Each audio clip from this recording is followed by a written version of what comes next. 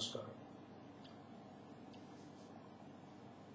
In this video, we're going to learn the nature of a cubic polynomial. Nature of a cubic polynomial. The general form of the cubic polynomial is f of x is equal to x cubed plus ax squared plus bx plus c. This we have taken the coefficient of x cubed as 1 for our convenience. We can make it whatever it is given. We can divide the entire expression with the coefficient of x cubed, and we can make the coefficient of x cubed 1. That's it. So we take it like x cubed plus ax squared plus bx plus c. And as you all know, the cubic polynomial will have maximum of 3 roots. The cubic polynomial will have maximum of 3 roots. Then how those 3 roots will be? Those 3 roots will be of 4 different forms. Number 1, first one is 1 real root and 2 complex roots, and 2 equal roots, 1 different root. All are real only, but all 3 are equal roots, and all 3 are different real roots. All 3 are different real roots. So you all know that all 3 roots will never be complex, because all the complex roots occur in conjugate pairs. All the complex roots occur in conjugate pairs. That means there may be 2 complex roots or 4 complex roots or 6 complex roots, but never it will be odd number.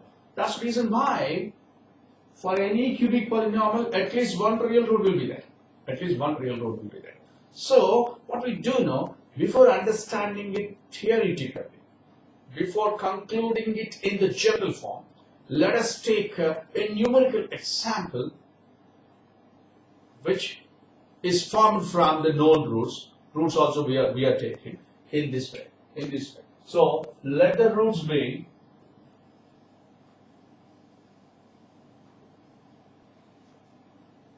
2, 1 plus I, 1 minus I. Let the roots be 2, 1 plus I, 1 minus I. 1 real root and 2 complex roots. You can observe that 2 complex roots are conjugate complex numbers. Now let us form the cubic. F of x is equal to x cubed minus sum of the roots into x. Sum of the roots, that is 2 plus 2. I are getting cancelled. 2 plus 2, 4. So minus 4x squared. And sum of the roots by taking 2 at a time, that is 2 into 1 plus I, that's 2 into 1 minus I, plus 1 plus I into 1 minus I. That is taking 2 at a time, you'll be getting it as 6x minus 2 into 1 plus I into 1 minus I, which is nothing but 2 into 1 minus I square, which is 4. So this is minus 4. Just for the better understanding, I have taken the roots, I formed the equation. For more clarity. Forget about this now. Now, we are going to discuss. Forget about this. Now we are going to discuss about the nature of this cubic polynomial. Okay. See, whenever you are trying to understand the nature of the cubic polynomial, don't forget to find out f of 0. So here, what is f of 0? It's nothing but minus 4. Minus 4 less than 0. What is the advantage? By taking f of 0, you will be understanding after me drawing the graph of it. See, what is that we are doing here? We have located a point on the graph of this cubic polynomial. 0 minus 4 is a point on the graph. 0 minus 4 is a point on the graph which lies on negative y-axis. Now, let us understand what is f dash x for this. Why should it be? Why should we find out f dash x here? Because we want to understand whether this cubic polynomial is strictly increasing or strictly decreasing or sometimes increasing or sometimes decreasing, or what is the nature of it, we'll be understanding through the first derivative. See, what is f dash x in this case? It is 3x square minus 6x plus 6 minus 8x plus 6. The derivative of it is 3x square minus 8x plus 6 minus 8x plus 6. Now I want to understand whether it has real roots or not. Therefore, discriminant. Here, discriminant is equal to b square minus 4 into 3, 12 into 6, 72 is minus 8, which is less than 0. Understand that? The discriminant is less than 0, that means it has no real roots. Which one has no real roots? Therefore, f dash x has no real roots. With this one, what is that we can conclude? When it has no real roots, you have to understand that it takes a form which is a quadratic expression form which is always above x-axis. Like what it is, I'll show you through a small diagram like this here. See here, coefficient of x square is positive, and hence it takes an upward parabola, and the discriminant is less than 0, and hence it will never intersect x-axis because it has no real roots, and hence the graph of it will be always like this. Because f dash 0 is 6 here, somewhere here it intersects positive axis, and hence it is always above x-axis, and hence you have to understand that this f dash x is always greater than 0.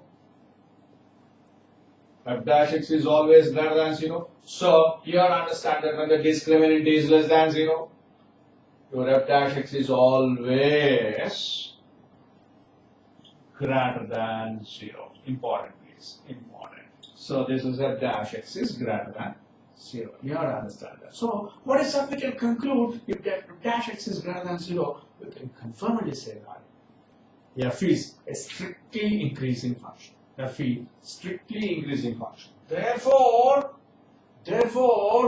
we can say that f is strictly increasing function.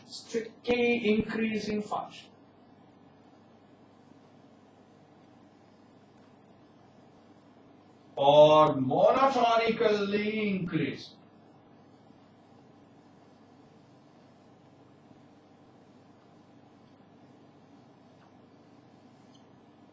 Monotonically means it will have a unique nature, only one nature. That is, here the nature of this polynomial is always increasing.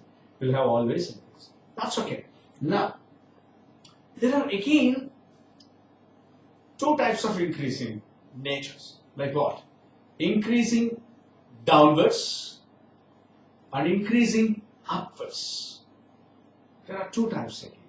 Whether it is increasing downwards or increasing upwards, how do we understand that? We'll be understanding that through f double dash x. So, what is f double dash x here? So here, what is f double dash x? F double dash x is nothing but, 6x minus 8. F double dash x is nothing but 6x minus 8. So, this 6x minus 8, you can say that it is less than 0. It is less than 0. It is less than 0 if x is less than 4 by 3. Is equal to 0 if x is equal to 4 by 3. Is greater than 0 if x is greater than 4 by 3. Why should we say that? You will be understanding now. We want to understand whether the function is increasing upwards or increasing downwards. That is the reason why you have to find out f double dash x. See here, f double dash x in this case in this case is less than 0 when x is less than 4 by 3. Just see this. Now, what is f double dash x here? Greater than 0. It is always greater than 0. And what is f double dash x here? It is less than 0 when it is less than 4 by 3. What is the meaning of less than 4 by 3? From minus infinity to 4 by 3, from minus infinity to 4 by 3, it is less than 0. See, a common point here, a common sense point here. What I mean to say, function is increasing downwards. Function is increasing downwards. Increasing downwards means opposite sounding. Increasing downwards, opposite sounding. When they have opposite sounding, then they will have opposite sign, remember that. When they have opposite sounding, they will have opposite sign. F dash x is greater than 0 and f double dash x is less than 0. So up to 4 by 3, from minus infinity to 4 by 3, the function will be, of course, always increasing. Increasing on R. R means for all set of real numbers it is increasing. Is on R it is increasing. But from minus infinity to 4 by 3, it increases, of course, but increases downwards. Because f dash x and f double dash x have opposite signs. Now you can imagine what happens if they have the same sign. If they have the same sign, then the function will be increasing upwards. Increasing upwards. Same sounding, same sign here. Same sounding, same sign here. So, increasing downwards, f dash x and f double dash x will have opposite signs. F dash x greater than 0 and f double dash x is less than 0. Increasing upwards, f dash x is greater than 0, f double dash x is greater than 0. Both will have the same sign. And what happens if it is equal to 0? Which one? F double dash x is equal to 0. Then this is called point of inflection.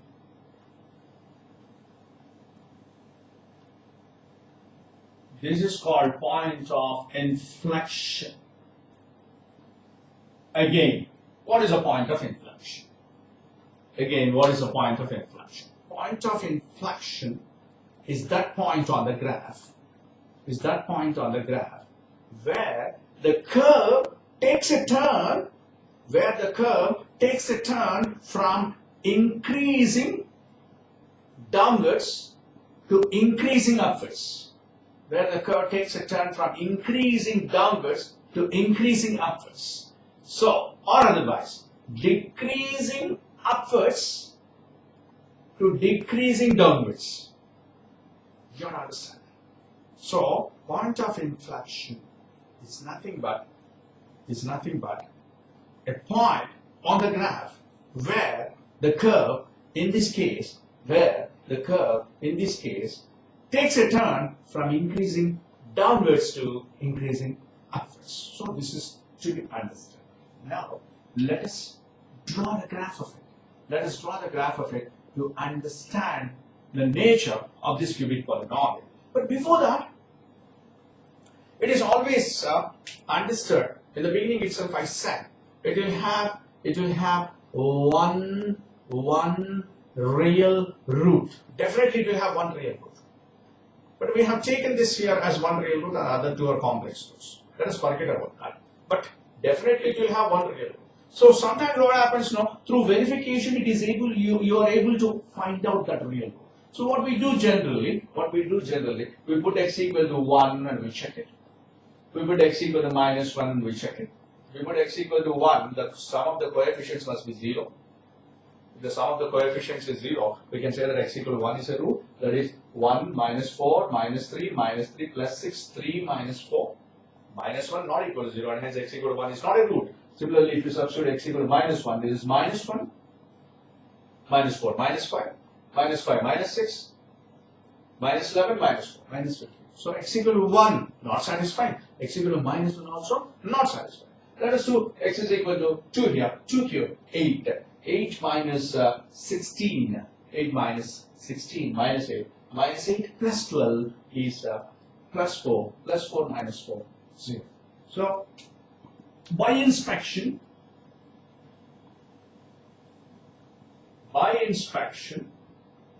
x is not equal to plus or minus 1 and x is equal to 2. Okay. What about the other two roots? Because it is strictly increasing function, it will have only one real root.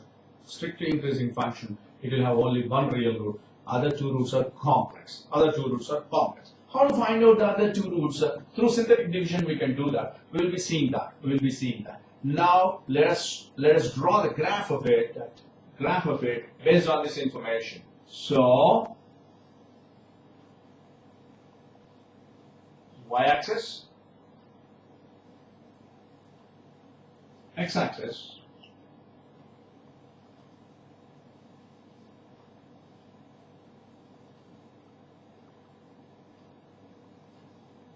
now let us mark f of 0. What is f of 0? In this case minus 4. It is minus 4 somewhere.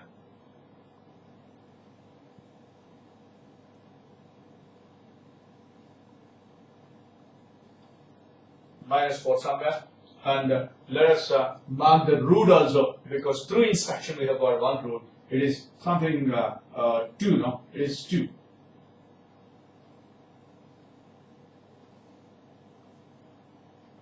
Let me take the scale on y-axis as 4 units. 1 unit is equal to 4, and here 1 unit is equal to 2. Let us suppose, just to understand the shape of the graph, that's it. Now, we need one of the points we need here. We need the root here. We need f of 0 here. We mark here, and we need the point of inflection also to understand where the curve takes a turn. What is the point of inflection? 4 by 3. So 4 by 3 is around 1.3. So somewhere here it will be 4 by 3. It is 4 by 3. Okay. Now, if you want to draw the graph of it, what happens now? It will move like this. After this, it decreases. After this, it decreases like this. See, increasing downwards, not decreases. It is increasing, of course, but increasing downwards. Understand that? Increasing downwards. And after this, what happens now? It will take a turn here. To increase upwards, like this. To take a turn here to increase upwards. So this is what the graph of that cubic polynomial which we have taken here. This is the point of inflection where increasing downwards to increasing upwards takes place. Like this. So this is the nature of this cubic polynomial, wherein it has one real root and two complex roots. That is generalizing. What I mean to say by generalization, this is the cubic polynomial we have taken. And for the better understanding, what I did is I have taken the numerical example like this. Now we are generalizing this. What is that? Let us understand this now by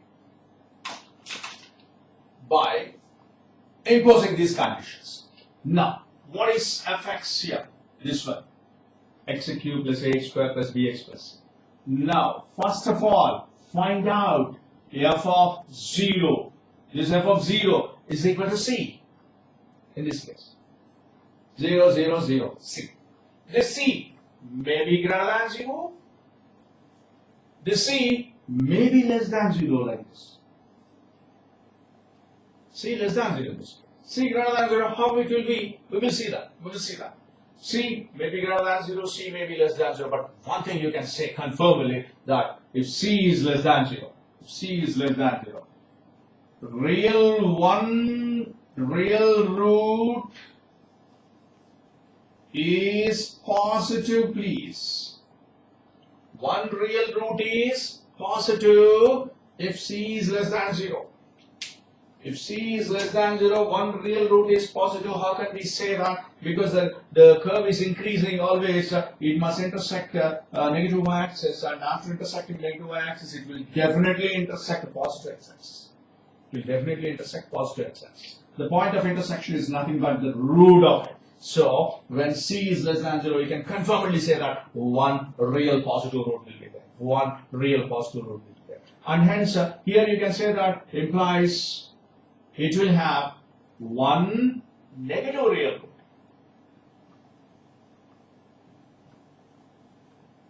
How the graph of it will be, then it must intersect somewhere here. Understand that? Then what happens now? It will pass like this. The point of inflection and all these will be same. The discussion is same. But what happens now? It will be intersecting on the negative side of x-axis, and hence it will have one negative real root. There are one negative real root. This is what you must have the better understanding about this. So whenever you find out f of 0 for a cubic polynomial, if f of 0 is positive, you will have definitely one negative real root. One negative real root. And if f of 0 is C is less than 0, then definitely you will have one real root which is positive always, which is always positive. So C less than 0, one real positive root. C greater than 0, one real negative root. Or one negative real root. Like that it is. Now find out f dash x here. F dash x is nothing but 3x squared plus 2ax plus b. 3x squared plus 2ax plus b. And find out the discriminant of it. It is b squared, that is 4a squared minus 12b. In this case, you have got it to be less than 0. Less than 0 means no real roots for f dash x. No real roots for f dash x. Okay. Therefore, you have to understand that f dash x is greater than 0. F dash x is greater than 0. Hence, f is monotonically increasing.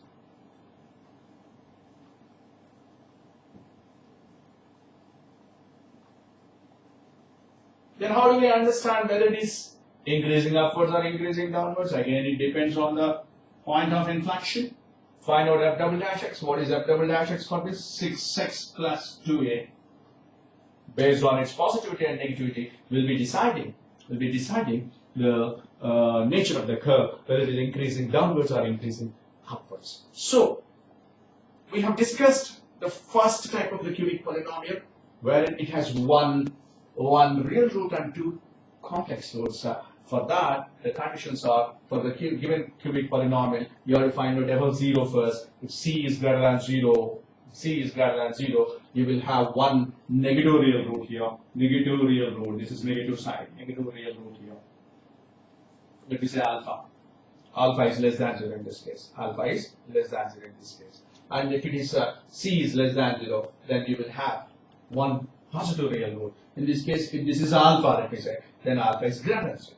So you have to understand that first in the objectives. It will be important. Then after that, we will be finding the derivative of the function, given function, because we want to understand whether it is increasing upwards or increasing downwards, or what is the nature of the curve. This is what we have to understand. So we got f dash x here. For f dash x, we want to understand the roots. That is the reason why we have got the discriminant, and the discriminant is less than 0. If the discriminant is less than 0, it has no real roots, and hence f dash x is always greater than 0 for all x belongs to R. This is what you have to understand. For all x belongs to R means any real number, f dash x is greater than 0, and hence we can say that f is hence f is monotonically increasing function. Then how do you understand whether it takes a turn from increasing downwards to increasing upwards? So you have to find out f double dash x from this one. It will be we will understand what is the point of inflection and the point where it takes a turn and all this. But is it necessary that one root is real and the other two roots are complex? Other two roots are complex. Is it necessary that discriminant is always less than 0? The discriminant is always less than 0. Need not be. Need not be. In a case, you will be getting discriminant greater than 0, but the cubic will have one real or two complex roots, and that we will discuss in the next video.